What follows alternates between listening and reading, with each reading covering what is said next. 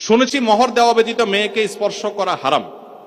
তাহলে যদি মেয়ের বাবা বা মেয়ের পরিবারের লোক এই পরিমাণ মোহর ধার্য করে যে ছেলের পক্ষে দেওয়া সম্ভব নয়, তাহলে এই অবস্থা ছেলের করণীয় কি? হ্যাঁ, বুঝছি আমি, প্রশ্ন কমন পায়ে পড়ে গেছে, এই তো।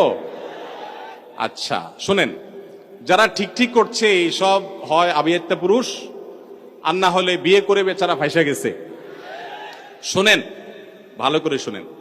প্রথম কথা হলো যে মোহর দেওয়া ছাড়া স্ত্রীকে স্পর্শ করা হারাম, এ কথা ভুল। প্রশ্নে যিনি লিখেছেন এটা সঠিক কোনো কথা না। মোহর ধার্য করলে সেটা দিতে হবে বাধ্য। আল্লাহ বলেছেন ওয়াতুন নিসা সাদুকাতিহিন্না নিহলাহ, তোমরা তোমাদের স্ত্রীদের মোহর পরিশোধ করে দাও, এটা তাদের প্রাপ্য অধিকার, এটা দিয়ে দিতে হবে, এটা ক্লিয়ার। তবে সে দেওয়াটা আপনি নগদও দিতে পারেন, পরেও দিতে পারেন। তবে মেয়েরা একটা মাসালা জানে না। যদি মেয়েরা মাসালা জানতো, বাসর ঘরে ঝুলাই ফেলতো আপনাদেরকে। মাসালাটা হলো, যদি কোনো মেয়ে দাবি করে যে মোহর যা ধার্য হয়েছে, আপনি আমার স্বামী, সবই ঠিক আছে, আগে মোহর ফেলেন তারপরে সামনে আগান, এটা যদি কোনো মেয়ে বলতে চায়, ইসলাম তাকে সম্পূর্ণ সেই অধিকার দিয়েছে।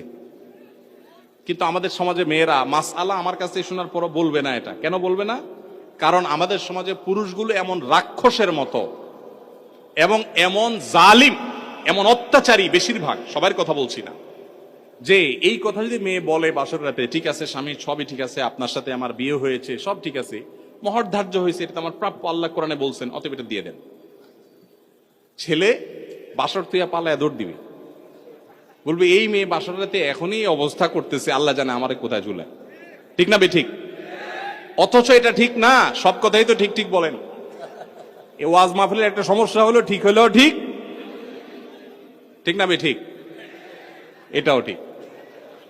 আচ্ছা যাক, শুনেন, নবী করিম সাল্লাল্লাহু আলাইহি সাল্লামের মেয়ে, ভালো করে শুনে রাখেন, নবী করিম সাল্লাল্লাহু আলাইহি সাল্লামের কন্যা ফাতেমা রাদিয়াল্লাহু তাআলা আনহা, তার বিয়ে হয়েছে কার সাথে? আল্লাহু আকবার, আলী রাদিয়াল্লাহু তাআলার মতো ইসলামের খলিফার সাথে তার বিয়ে। ফাতেমা রাদিয়াল্লাহু তাআলা আনহা তার বাবা নবী করিম সাল্লাল্লাহু আলাইহি সাল্লামকে বলেছেন, বিয়ে হয়েছে আব্বা, ঠিকই আছে, বাট আমার দাবি হলো মোহর যেটা ধার্য হয়েছে সেটা যেন আমাকে আগে পরিশোধ করে দেওয়া হয়। আজ আমাদের সমাজে মেয়েদের সে অধিকার দেই আমরা? এই সমাজে সবচেয়ে বেশি অবিচার আমরা পুরুষরা মেয়েদের প্রতি করে থাকি। বিয়ে করেছেন আর মোহর পরিপূর্ণ পরিশোধ করছেন এরকম বাপের বেটা যারা, তারা হাত তোলেন। কয়টা বাপের বেটা দেখছেন এখানে?